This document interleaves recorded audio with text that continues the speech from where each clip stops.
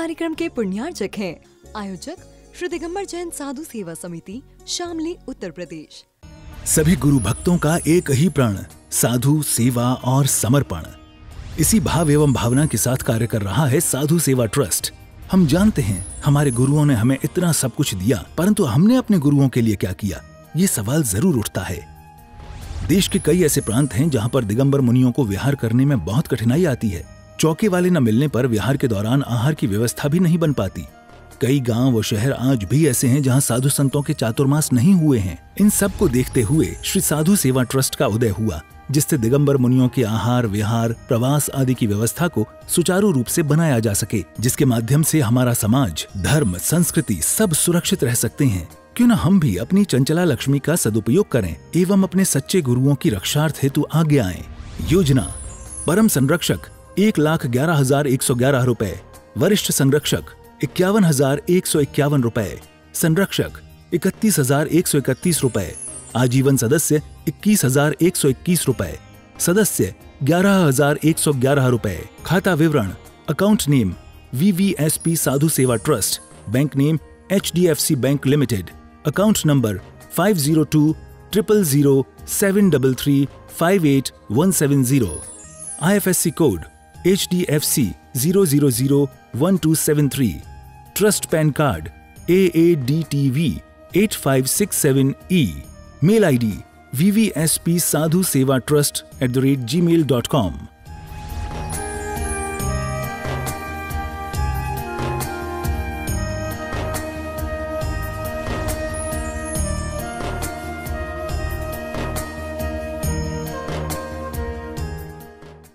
आत्म कल्याण के इच्छुक सभी उपस्थित धर्म प्रेमी पुण्य आत्मा, सश्रद्धालु एवं महानुभाव, आज के इस समय में धर्म ध्यान करने वालों के जीवन में बहुत सारी उलझनें हैं। जो चाहे जैसी राय दे देता है, जैसी सलाह दे देता है। धर्मात्मा व्यक्ति समझ नहीं पा रहा कि धर्म कैसे करें। धर्म करने जाएं तो समझ नहीं आता कि किसकी माने किसकी ना माने। बहुत सारी उलझनें हैं। कभी कभार मन करता है कुछ पुरुषार्थ करने का, नहीं कर पाए तो उसको पंचम काल में डाल देते हैं कि आज काल का दोष है कि हम ये काम नहीं कर पा रहे। कोई भी क्रिया हो, करने का मन कर रहा है और वो हमारा प्रमाद है, लेकिन उसको हम काल पे डाल देते हैं कि भैया हम पंचम काल में जन्मे हैं, इसलिए इस काल का दोष है, हम ये काम नहीं कर पा रहे। लेकिन सही मायने में व्यवस्थाएं क्या हैं, हम ये समझ नहीं पा रहे। धर्मात्मा व्यक्ति चाहता है कि मुझे सटीक तरीके से पता लग जाए धर्म के मायने क्या हैं, मुझे कैसे धर्म करना है, कैसे जीवन जीना है। अगर ये सारी बातें मुझे पता लग जाएं तो शायद मैं अपने जीवन को सही तरीके से धर्म करके सही मार्ग पर ले जा सकता हूँ, सही लक्ष्य को प्राप्त कर सकता हूँ। महानुभाव, सही मायने में धर्म के मायने इस पंचम काल में आचार्य कुंदकुंद स्वामी जी ने पहले भी बताया है कि इस पंचम काल में अपसर्पणी काल चल रहा है, हुंडान सर्पणी काल है। इसलिए पांचवा काल है और पांचवें काल में हुंडान सर्पणी काल में अनहोनी घटनाएं घटेंगी। फिर कुछ लोग कहते हैं कि इस पंचम काल में भगवान नहीं होते, गुरु नहीं होते, शास्त्र भी ऐसे ही हैं, आर्त ध्यान, रौद्र ध्यान रहेगा, इसके आगे के ध्यान नहीं होंगे। तो सही बात क्या है, इसके लिए आचार्य कुंदकुंद स्वामी जी ने 2 गाथा दी हैं। 56 और 57 नंबर की गाथा में उन्होंने बताया है, उनको देख लेते हैं वो क्या कह रहे हैं। अज्जव सप्पनि बरहे धम्मज्ञानम पमाद रही दोती होदित्ति जिनुदिठम नाहू मन नहीं सोहू कदी डिठी। आचार्य कुंदकुंद स्वामी जी लिख रहे हैं भरत क्षेत्र में आज इस अवसर्पणी काल में जीवों के धर्म ध्यान परमाद रहित होता है, ऐसा जिनेन्द्र देव ने कहा है। जो ऐसा नहीं मानता वह निश्चय से मिथ्या दृष्टि है। दूसरी गाथा फिर दी है आचार्य कुनकुन स्वामी जी ने। असुहादो निर्याऊ सुभावादो दुसग सुमाओ दुसुभावम जान दू जमते रुच्चैतम कुज्जा। समझ लें कि आचार्य कुनकुन स्वामी जी क्या कहना चाह रहे हैं। भरत क्षेत्र में आज इस अवसर्पणी काल में, ये भरत क्षेत्र है, पंचम काल चल रहा है, इसलिए इसको पंचम काल कहा है। 5वें नंबर पे है। दुख है, दुखमा है, इसलिए इसको दुखमा काल भी कहते हैं, कली काल भी कहते हैं। इस पंचम काल में कोई व्यक्ति सुखी नहीं रहेगा, क्योंकि इस पंचम काल में विशेषता है, ये दुखमा काल है। अमीर हो, गरीब हो, दुखी है, रोगी या शरीर से भी स्वस्थ होने के बाद भी वो दुखी रहेगा, क्योंकि इस पंचम काल का नाम 5वें नंबर पे है, लेकिन इसमें रहेंगे दुख। कर्म भूमि भोग भूमि का समय निकल गया, ये दुखमा काल है, रोगों की बढ़ोतरी होती रहेगी। व्यक्ति मन से दुखी, तन से दुखी, नहीं तो धन से दुखी होगा। और सब चीज़ें होने के बाद भी मन से दुखी तो रहेगा ही रहेगा, कुछ ना कुछ दुख तो उसके पास होगा। जरूरी नहीं है पैसा बहुत है, अमीर है, धन दौलत बहुत सारी है, तो वो बहुत बड़ा आदमी होने के बाद बहुत अच्छा खाता हो, रहता हो, ज़रूरी नहीं है। कई लोगों की शुगर मिल है, लेकिन शुगर की बीमारी है, शुगर मिल की शुगर भी खा नहीं सकते। कहावत है इस पंचम काल की कि हलवाई अपनी दुकान की मिठाई नहीं खाता, कपड़े वाला अपनी दुकान के कपड़े नहीं पहनता, उसे अच्छा नहीं लगता। होने बहुत कुछ होने के बाद भी ज़रूरी नहीं है आप उनको भोग लो। इस पंचम काल में भरत क्षेत्र में आज अवसर्पणी काल में जीवों के धर्म ध्यान परमाद रहित होता है, ऐसा जिनेन्द्र देव ने कहा है। जो नहीं मानते उनको मिथ्या दृष्टि जानो। कुछ लोग कहते हैं पंचम काल में आर्त ध्यान रौद्र ध्यान है। आर्त ध्यान रौद्र ध्यान तो है, लेकिन धर्म ध्यान भी है, शुक्ल ध्यान नहीं होगा। पंचम काल से केवल ज्ञान नहीं हो सकता, मने पर ज्ञान नहीं है, लेकिन इस पंचम काल में भी अवधि ज्ञानी होंगे। 42 अवधि ज्ञानी होंगे, हर 500 साल में एक अवधि ज्ञानी मुनि महाराज होंगे। पंचम काल में रिद्धिधारी मुनि महाराज भी हुए हैं, अवधि ज्ञानी मुनि महाराज हुए हैं, वादी प्रतिवादी मुनि महाराज हुए हैं, इसके साथ साथ शुद्ध केवली भी हुए हैं, भद्रबाहु स्वामी जी भी हुए। इसके साथ साथ उपसर्गों को सहन करने वाले भी हुए हैं, चाहे मांगतुंग स्वामी जी हों, चाहे बादीवराज सूरी महाराज, कुष्ठ रोग हो गया उनको। मांगतुंग स्वामी जी को कारागार में डाल दिया, 48 कोठड़ी में बंद कर दिया, लेकिन अपने तप के, अपने ध्यान के, अपने साधना संयम के प्रभाव से ताले तोड़ दिए। समन्वत स्वामी जी को भस्म व्याधि रोग हो गया, अपने धर्म ध्यान के माध्यम से उन्होंने उसको ठीक कर लिया। एक नहीं सैकड़ों उदाहरण है। आज के समय में भी पंचम काल में भी आर्त ध्यान, रौद्र ध्यान और धर्म ध्यान वाले भी होंगे। लेकिन कुछ लोग ऐसे हैं जो कहते हैं इस पंचम काल में साधु नहीं होते। पंचम काल के अंत तक साधु बताए हैं, एक मुनि, एक आर्यिका, एक शावक, एक शाविका, चारों होंगे। और जैसे ही कल की राजा कर के रूप में टैक्स ले लेगा या टैक्स के रूप में कर उठा लेगा, उसी समय एक विस्फोट होगा। कल की राजा के मस्तिष्क में एक विस्फोट होगा, वो मर जाएगा और मुनि महाराज समाधि कर जाएंगे। चारों संग वहीं समाप्त होकर के सब समाप्त हो जाएगा और उसी समय पंचम काल का भी लोप हो जाएगा, पंचम काल भी समाप्त हो जाएगा। छठे काल में अग्नि का लोप है, देव गति का, देव आयु का लोप है। छठे काल में मात्र देवशास गुरु का ही सानिध्य नहीं मिलेगा, अवधि ज्ञानी नहीं होंगे, रिद्धिधारी नहीं होंगे, मने परे ज्ञानी नहीं होंगे, धर्मात्मा नहीं होंगे, साधर्मी नहीं होंगे, वहाँ तो मात्र नरकों से आएंगे, नरकों में जाएंगे, तिरंज गति में जन्म ले सकते हैं वहाँ से, बाकी दूसरा कोई उपाय नहीं है। इस पंचम काल में व्यवस्थाएं हैं। लोग कहते हैं पंचम काल है, महाराज जी कुछ नहीं कर सकते। पंचम काल में भी मुनि हैं, आचार्य उपाध्याय साधु हैं, जो कुंद स्वामी जी का उदाहरण देते हैं। वो कुंद स्वामी जी के उदाहरण को ये भी जान ले कि पंचम काल में कुंद स्वामी जी ने ही पंचम काल के आचार्यों को नमस्कार किया है कि पंचम काल के जो आचार्य हैं उनको मैं नमस्कार करता हूँ, क्योंकि पंचम काल में साधना करना बड़ा दुर्लभ है।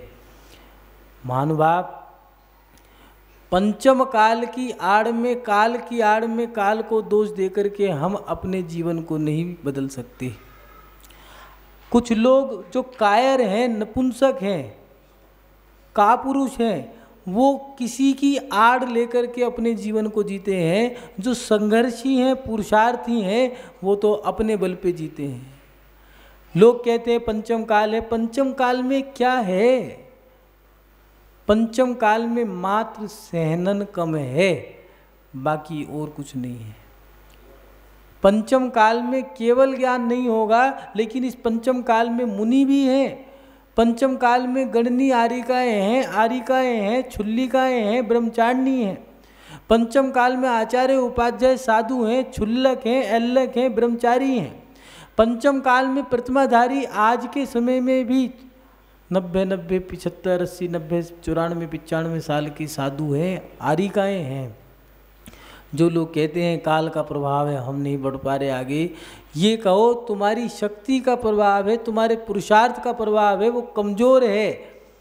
बाकी आज भी 75 साल की उम्र में दीक्षा लेने वाले हैं। आज भी 90 साल की उम्र में समाधियाँ हो रही है।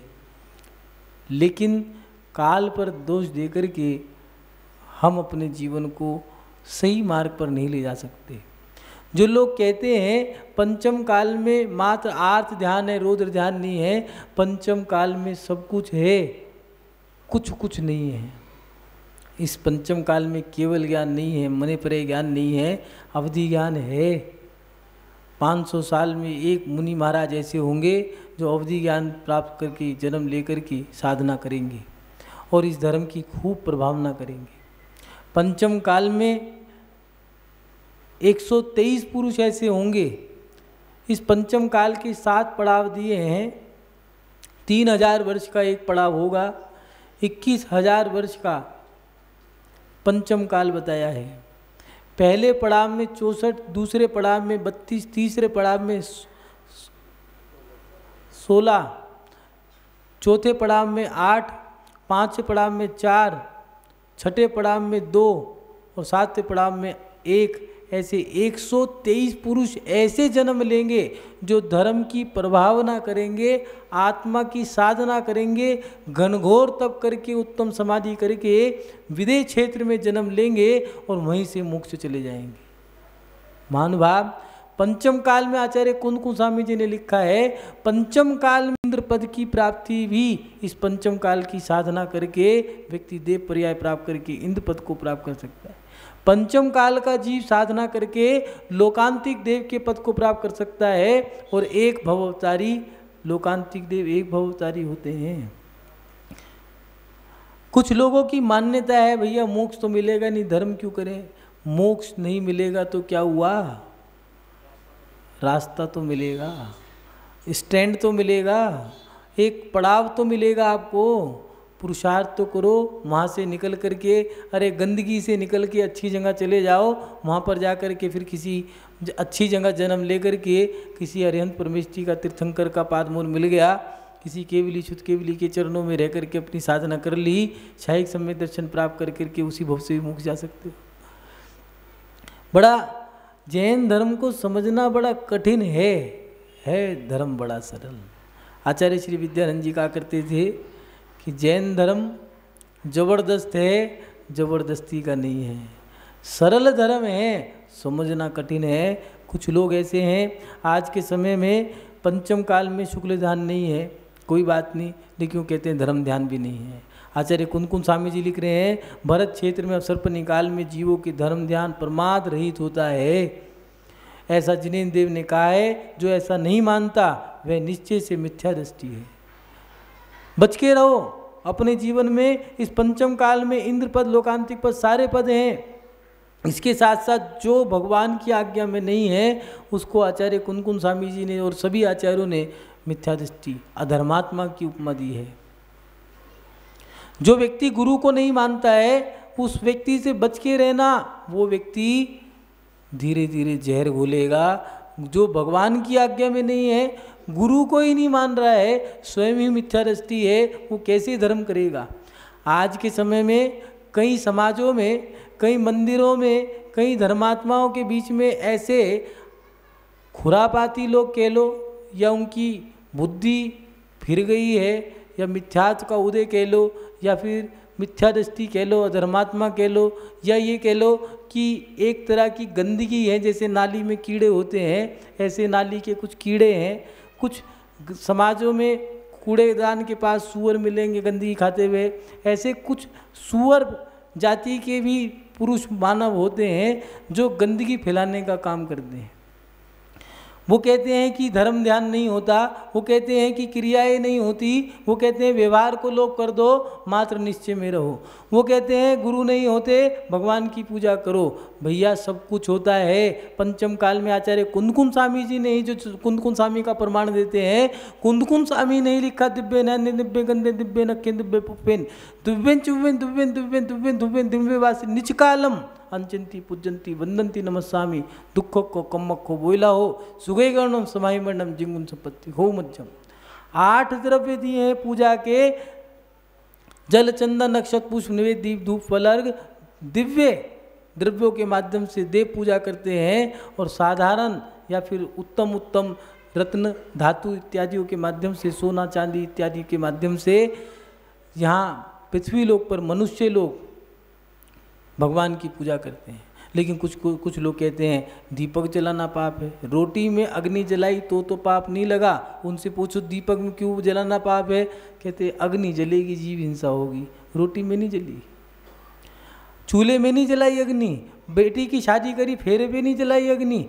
हम कर्म कांड में सब काम कर लेंगे, धर्म ध्यान के अंदर अपना पता नहीं कहाँ से वो कौन सा दिमाग है, क्या करते हैं भगवान जाने।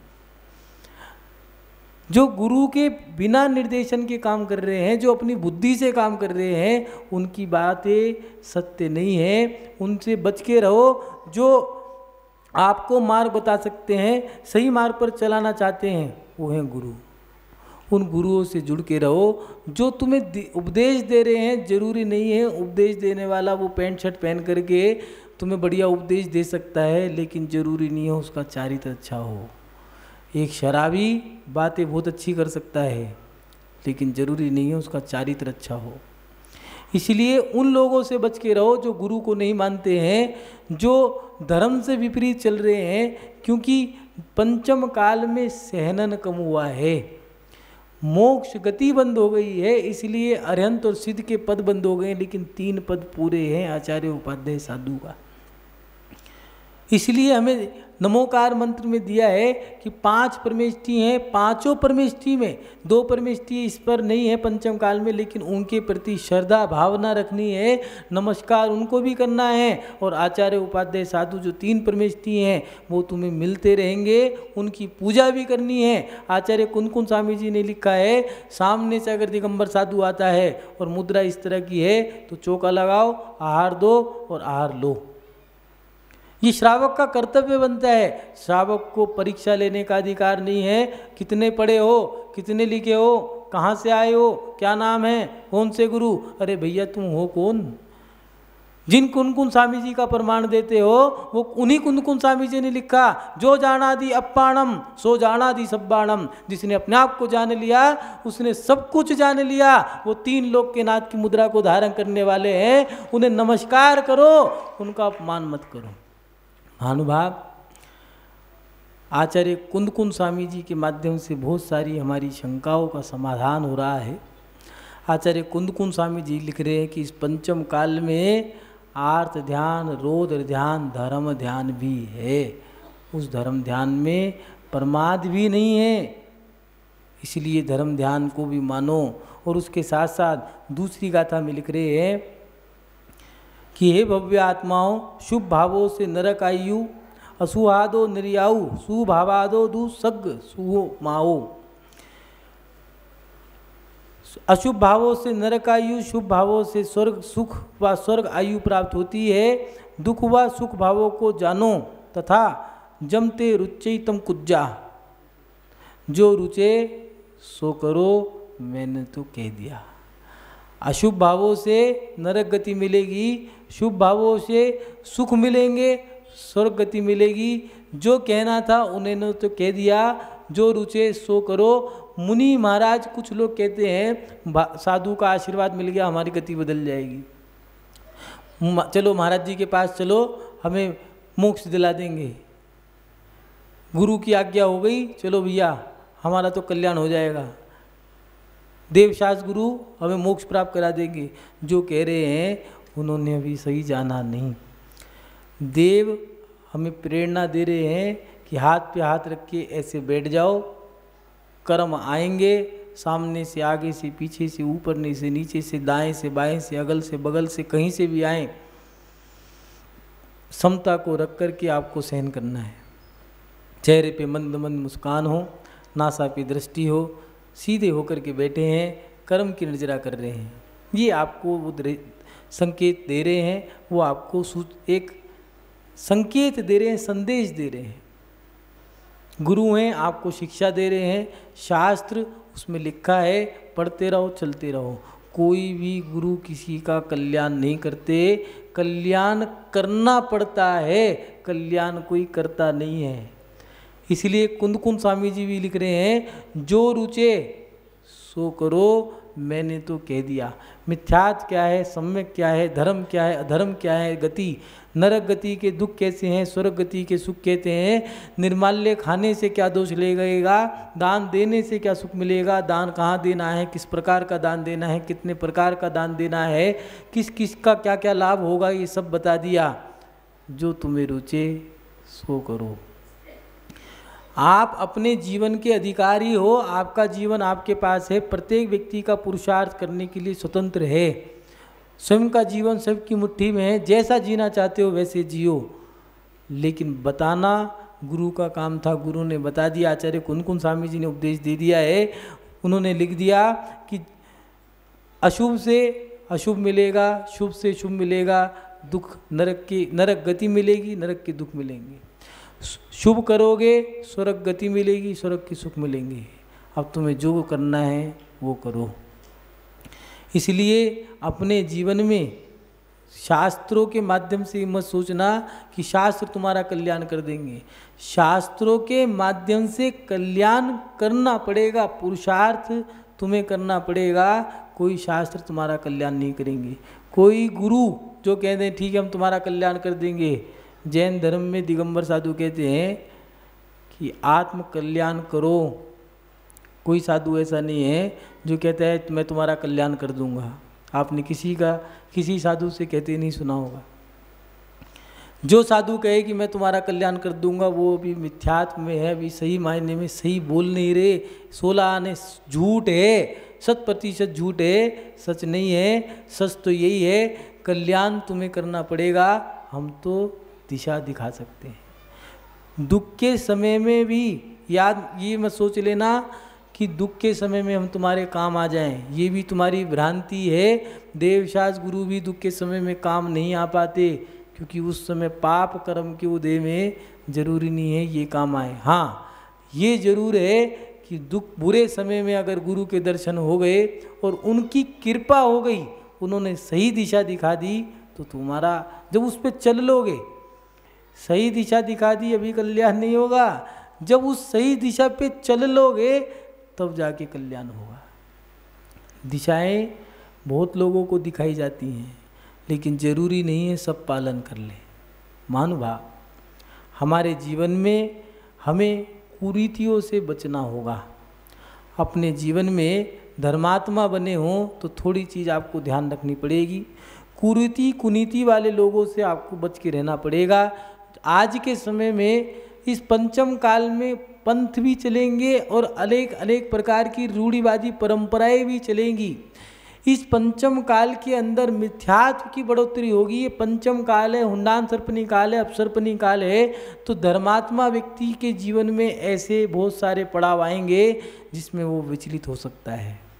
इसलिए अपने जीवन में आप पहले से ही जान लें कि ये पंचम काल है, दुखमा काल है।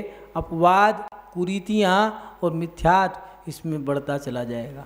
इसलिए कुरीति कुनीतियों वाले लोगों से आप बच के रहें। जो व्यक्ति भगवान को नहीं मानते या भगवान को मानते हैं, गुरु को नहीं मानते, उनसे बच के रहो। वो भी अधूरे हैं। अधूरा ज्ञान, अधूरी चर्या, ना तो चर्या लाभ दे के जाती है और अधूरा ज्ञान तो ऐसा है, बुरा है।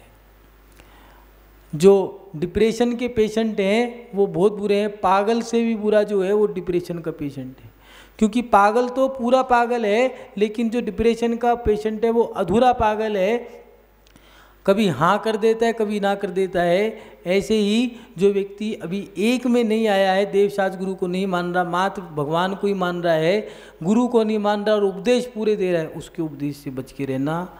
क्योंकि पूजा के द्रव्य 8 होते हैं। नारियल भी चढ़ता है, दीपक भी जलता है, पूजा में धूप भी चढ़ती है। अगर 8 द्रव्य नहीं मानता है तो अभी वो अधूरा है। उन कुनीति और कुरीति वालों से थोड़ा बच के रहो। दूसरा, जो गुरुओं को नहीं मानते उनसे भी बच के रहें, क्योंकि वो तुम्हारा सम्यक दर्शन खराब कर देंगे, तुम्हें बर्बाद कर देंगे, धर्म खत्म कर देंगे और आप धीरे धीरे मिथ्यात्व में चले जाओगे। प्रमाद के कारण आज पंचम काल है। प्रमाद हो जाए कोई बात नहीं, लेकिन प्रमाद में अतिचार लगे, ठीक है, प्रायश्चित की व्यवस्था बनाई है। अतिचार लग जाए कोई बात नहीं, प्रायश्चित लो, आगे बढ़ो, प्रयास करो अतिचार न लगे। और अतिचार लग गया कोई बात नहीं, प्रायश्चित ले लो, लेकिन अत्याचार मत लगाओ, अनाचार मत करो। क्रियाओं में इतना दोष मत लगा लो कि जिससे कि आपका धर्म ही भ्रष्ट हो जाए। जो रात को शादी कर रहे हैं, आतिशबाजी कर रहे हैं, मौज मस्ती कर रहे हैं, जिमी कंदभक्ष का सेवन कर रहे हैं, अभी वो अधर्मात्मा है। गुरु की निंदा कर रहे हैं, भगवान की जिस थाली में खा रहे हैं उसमें ही छेक कर रहे हैं, वो व्यक्ति भी अधर्मात्मा है। उन अधर्मात्माओं से बच के रहो, वो तुम्हारा प्रमाद बढ़ा देंगे, तुम्हारे धर्म को नष्ट कर देंगे। इसलिए अपने इस पंचम काल में अतिचार लग जाए ऐसा काम मत करो। और अतिचार लग गया, प्रायश्चित लेके आगे बढ़ो, लेकिन अनाचार अत्याचार मत लगाओ। इस कार्यक्रम के पुण्यार्चक थे आयोजक श्री दिगंबर जैन साधु सेवा समिति, शामली, उत्तर प्रदेश।